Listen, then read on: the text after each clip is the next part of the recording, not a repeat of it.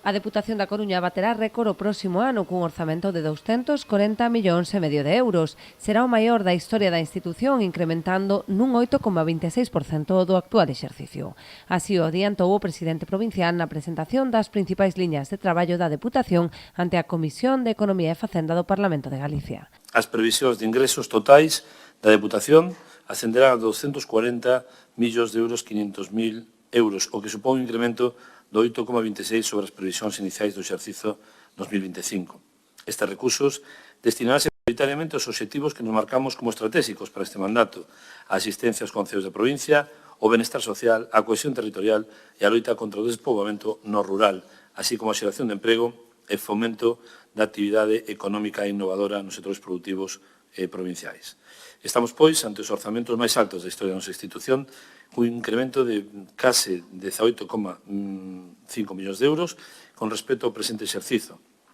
O 44% do total, máis de 105 millóns, serán transferencias directas aos concellos a través do Plan Único, que incrementa o seu orzamento nun 72%, pasando de 50 a 86 millóns de euros de dotación inicial. Destinaránse tamén o anticipo de subvencións dirixidas aos concellos, que suman 19,5 millóns que se traducirán na creación de 1.600 empregos. A Deputación da Coruña é moi sensible á situación delicada dos concellos da provincia, por iso este ano realiza un esforzo sen precedentes reforzando a súa aposta polo POS Plus, o Plan Único. O Plan Único da Deputación, un proxecto estratégico xa consolidado. Esta Deputación experimentará un incremento significativo, un preto dun 72% dos importes da súa dotación para o exercicio 2025 ata alcanzar os 86 millóns de euros inicialmente. O plan incluirá, por cuarto ano consecutivo, unha liña específica dirixida á ampliación e reforzo dos servicios sociais municipais. Con esta achega, a través do POS social, a Deputación ten aportado un total de 45 millóns de euros aos servicios sociais municipais dende o ano 2021.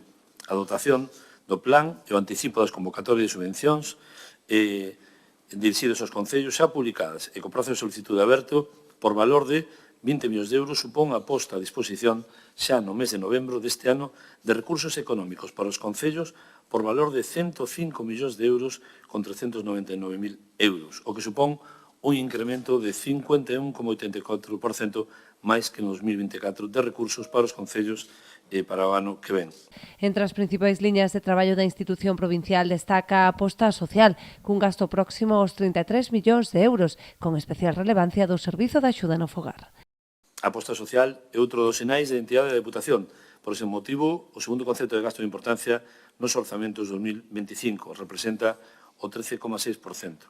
Dentro deste gasto, ten particular relevancia o investimento no programa de servicios sociais comunitarios. A maior parte do incremento irá destinada ao incremento da achega ao servicio de axuda no fogar. Xa dende setembro deste ano pasou de 12 a 14 euros a hora, atendendo así unha das demandas das traballadoras do servicio, dos propios concellos, que lle supón unha importante carga económica, xa que o custe actual está entre os 22 e 24 euros a hora. Este incremento suporá un alivio para os concellos, xa que o SAF é un servicio esencial para atender aos nosos maiores. A Deputación prevé financiar en 2025 un total de 395.804 horas neste servizo. Como novidade, tamén incorporamos unha liña de 294.000 euros destinada aos concellos máis pequenos de 5.000 habitantes e que ten como finalidade a realización de actividades de envellecemento activo e actuacións de loita contra a soidade non desexada. Camiñamos firmemente tamén cara a posta en marcha do programa piloto dun novo modelo de residencias de maiores no rural nas localidades de Rianxo, As Pontes e Ordes.